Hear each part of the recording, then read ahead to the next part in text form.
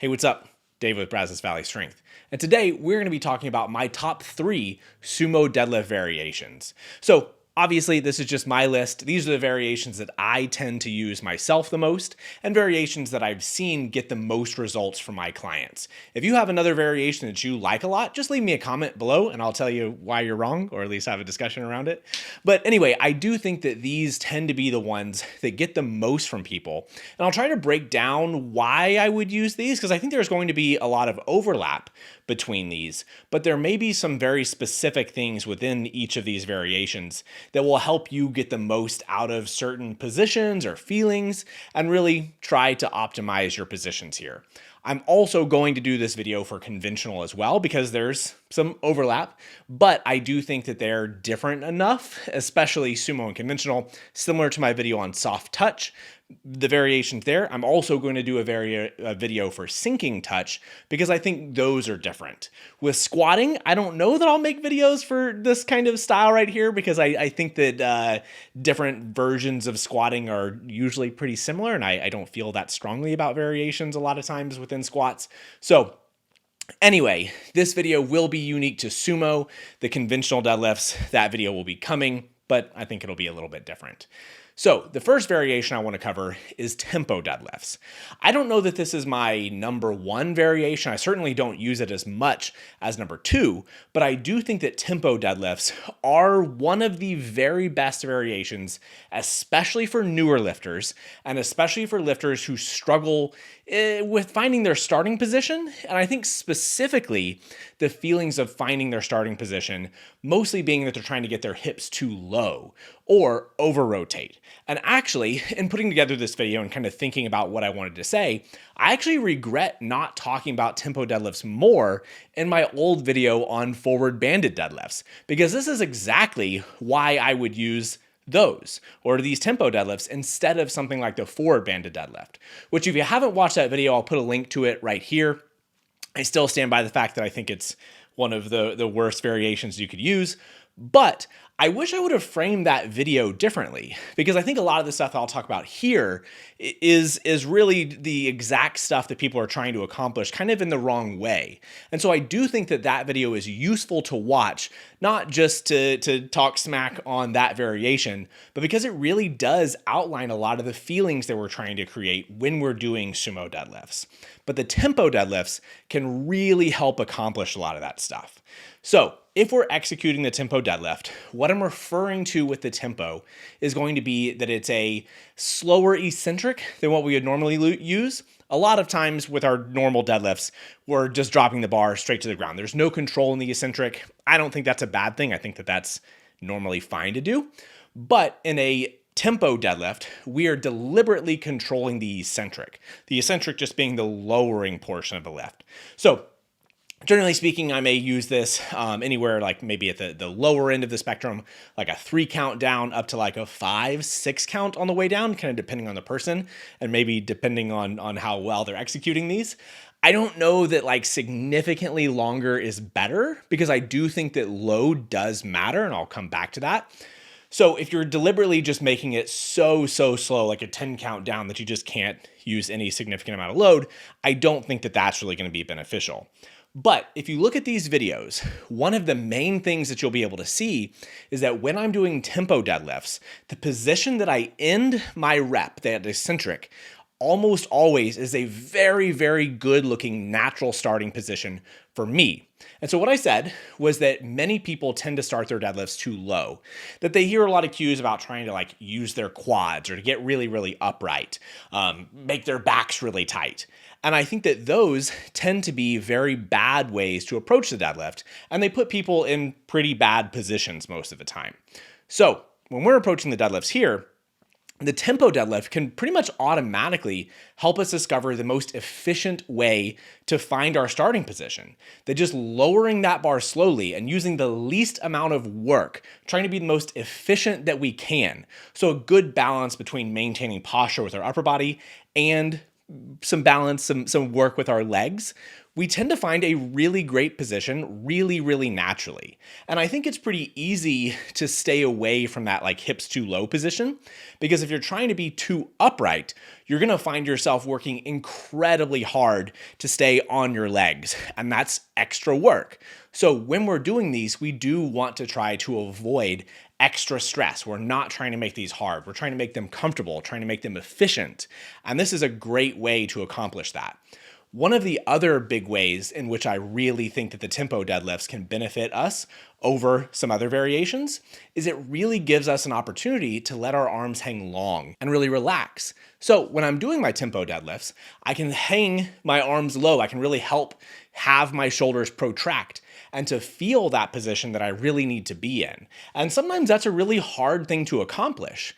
And so through those repetitions, spending a little bit of time through the eccentric, letting my arms hang long, letting my arms stretch while fighting for that efficient position, I can find a very good starting position.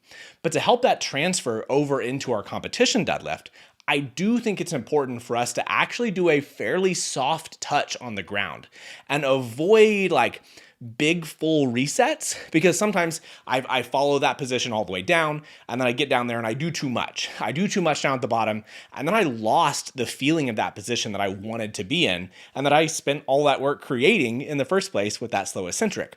So if I do a soft touch and I allow my arms to stay stretched and I don't really relax much of my position, I should be able to maintain that posture and hopefully replicate that position that I just helped find.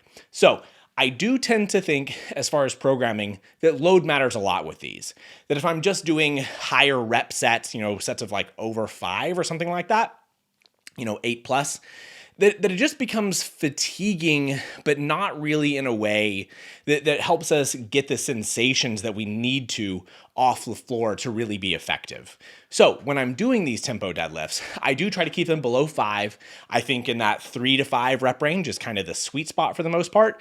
And I think they need to be hard. I think they need to be hard enough that you have to be trying exceptionally hard to be able to maintain those positions and work off the floor and maintain that control through the whole movement while maintaining the quality. So if you feel like you're really breaking, your shoulders are really rounding, your position off the floor is really breaking down, I think it's too heavy. So walking that line and making these kind of as hard as you can while maintaining all that quality within there, I think these can really get a lot of value for a lot of people. New lifters, they go a really long way. More advanced lifters, I still think that they reinforce a lot of good qualities. So my second variation is going to be the ever popular paused deadlift. I do think that paused deadlifts are probably one of the bigger standouts that don't seem to work as well conventional, but seem to be one of the best variations for sumo. I think it's pretty rare that people don't get a good amount of value from paused sumo deadlifts. I think as far as variations go, this has to be the top variation. Like, I think most people could probably get away with never doing tempo deadlifts. I think that they're a really good tool, and I think they speed up the process. But paused deadlifts bring out a lot of really important qualities in our sumo deadlift that just are hard to replicate with other variations. And I do have a video on pulling slack that originally was supposed to be framed 100% around pause deadlifts and why I think pause deadlifts are the best. But as I started making that video, I just was like, this is a slack pull video. So if you want to watch that video, I'll put it right up here. I think it's maybe the best how to pull slack video on the internet. I really think it's a good video. But pause deadlifts are going to help you reinforce everything that I said in that video. The main thing that I say in the video is that with our slack pull, with our starting position with the deadlift, that I really want to feel that the position that I'm trying to get into has the bar off the floor a little bit. That if my starting position that I'm trying to visualize, that I'm trying to pull myself into, is with the bar on the floor, I don't think that I'm going to pull slack very well. And that when I'm saying pulling slack, I'm trying to pull the slack out of my body and use the weight of the bar to stretch myself into a position that I otherwise probably wouldn't be able to replicate. Pause deadlifts are reinforcing that. I think the main mistakes that people make with pause deadlifts, for one, going too light with it, changing your position during the pause is usually not that great of a thing. I actually have come around a little bit more recently to encouraging people to improve their position during the pause. And I'll put some videos up here with what I mean. Basically meaning during the pause of a deadlift, if you're not able to maintain a good starting position off the floor, is it okay for you to improve that position to a position that we think is more likely to be your better position long term? Or most of the time, I would say no. I think that you would need to just try to get in that position earlier off the floor. But I think it does provide an opportunity for that proprioception, for you to understand what position that you're trying to get into in the first place. And over time, we can work down how early you're able to get into that position.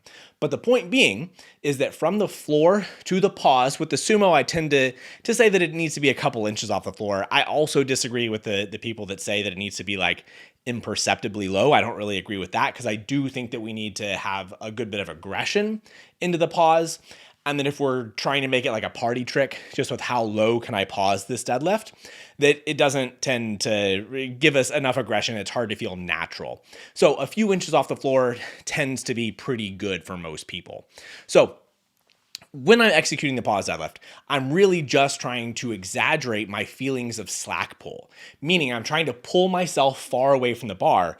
And when I'm rotating into the barbell, have that initial feeling of my initiation of the deadlift, have the bar essentially float. And so I like to think of there as basically being two distinct moments within the deadlift. And if you're doing three, that's a problem. The two version is that when I'm pulling slack, when I'm rotating into the bar, that gets the bar off the floor. So my slack pull, my rotation gets the bar to the initial pause. So everything before that is one. That's my first moment. After that, the rest of the deadlift is from pause to lockout. I think often people add a third segment in there, is that they will try to have their setup be kind of an individual process, and they set up, they kind of rotate into the bar, and then they abruptly pull. So that middle segment between getting into position, pulling and pausing becomes an extra step. And I think if you're doing it that way, you're missing a lot of the things that I talk about in the How to Pull Slack video. You're missing out a lot of aggression. And I just don't think that you're going to be able to really get the most out of the length of your upper body, as much aggression as we really want to be able to really pull that slack and see the bar bend and to really get into the best position that we possibly can. So ideally, the more that we can make the rotation feel like part of the pause, that moment gets the bar off the floor. If you can get that feeling to happen, everybody that I know that's a very good deadlifter feels like that moment right there just feels like stretching and the bar is floating. Then we finish the deadlift. So if you're executing pauses in that way and holding your position well and just doing everything that you can to really visualize a good slack pull and creating space, that's going to be where the magic happens.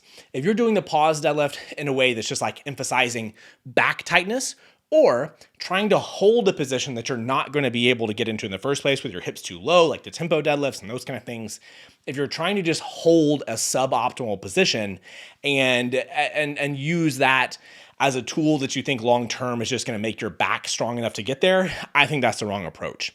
Doing pause deadlifts should feel like just emphasis on slack pull. And I think that's the best way to approach these. As far as programming, I think these probably have a pretty broad spectrum in which they work.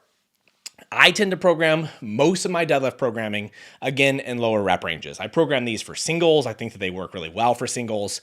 A lot of times I may do like a paused deadlift single and then repeat those same loads with competition deadlifts. So we get that feeling of slack pull and then hopefully replicate that same position fighting off the floor. I also think that these are great variations that we use for those 1-1 or 1-2 reps, where the first rep of my set is the variation, the pause deadlift, and then subsequent reps are competition reps, so we can bring in a lot of the feeling, what we wanted from the pause deadlift, and then let it feel a little bit more natural after that. I think that that's really, really good options for us to use. Also, sometimes higher rep set deadlifts, these can be really good because we can get that real good feeling that the bar is going to float. And I think so often with deadlifts, sumo deadlifts especially, that feeling that we actually can trust, that we have more elasticity in our body than we really think. And hopefully removing those feelings of like rigidity and like extra tightness, sometimes higher rep sets can actually bring in a bit more of that like trust feeling.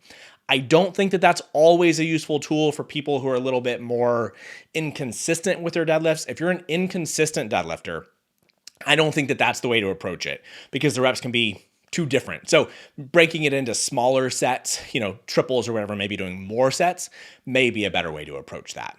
My final variation for the day is actually not even a sumo variation. I guess I'm kind of cheating here, but I still think that this variation, this deadlift variation, is absolutely top tier as far as exercises, variations that will improve your sumo deadlift. And that's the stiff leg deadlift. So the stiff leg deadlift, again, I have a full video breaking down stiff leg deadlifts versus RDLs and where I would use them and even like some of the ways that I tend to coach stiff leg deadlifts and RDLs, whether you should have yourself like really extended or let your back round. So I have a whole video. I'll put that up here as well. I think the way that I want to approach this video here and how I'm recommending the stiff leg deadlifts, obviously, is just in the context of improving your sumo deadlift technique. And as I already mentioned within some of the other technique stuff, having that feeling of long arms is just paramount. It is critical to be able to actually be a good deadlifter. And the stiff leg deadlift is one of the best ways that we're able to approach that.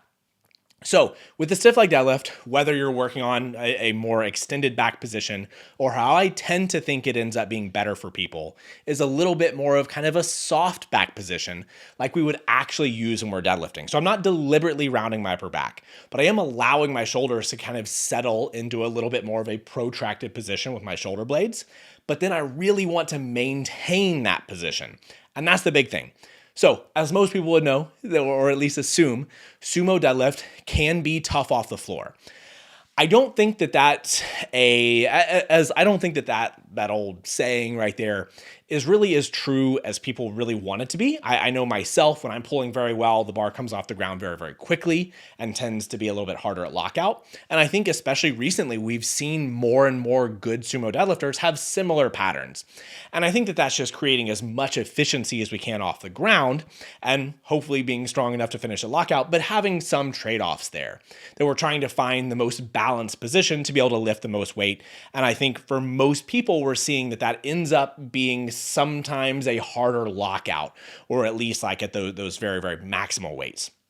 But if I'm creating a position that I think is going to be the most efficient off the floor, usually that's going to have more protraction in the shoulders, a little bit softer of a back that allows the hips to be a little bit closer, and it allows our trunks to be a little bit more upright.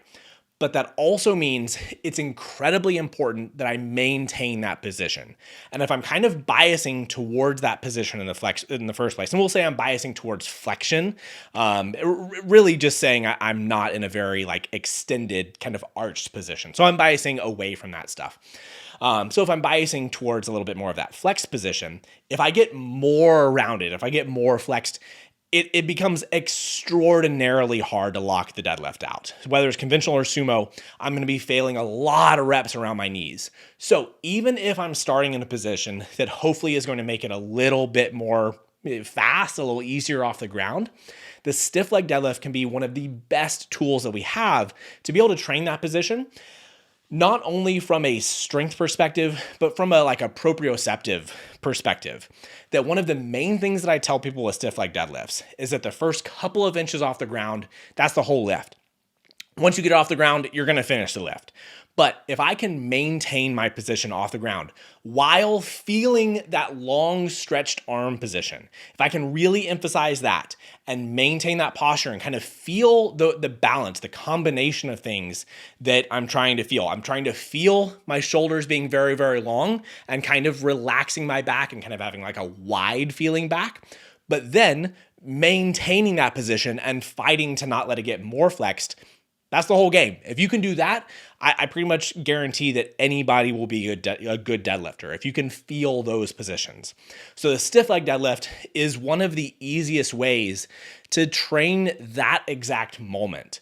And it's pretty hard to replicate other places. So both the tempo deadlift and the pause deadlift give us opportunities to feel those things, but we're still training some other portions of the deadlift. And this one directly goes after what I think is kind of the whole picture with deadlifting. So while it's not a direct sumo variation, I would absolutely include it as something that will give you direct carryover. And from my coaching, working with people, basically any amount of weight that people are able to add on their stiff leg deadlift, we see it pretty much instantly on their sumo deadlift. So I would for sure include or have encourage everybody to include stiff leg deadlifts in their programming. I think they're excellent. I think they're at least top 3 as far as variations that will improve your sumo deadlift. As far as programming, I do think that these can have a pretty broad range of reps. I've never programmed singles. I guess I could. I guess that could be something that works pretty well. And really, with the way that I approach stiff leg deadlifts, they're kind of a stiff leg conventional blend anyway. So hey, I guess it could work. But I tend to be living in the like 5 to 8-ish rep range with these.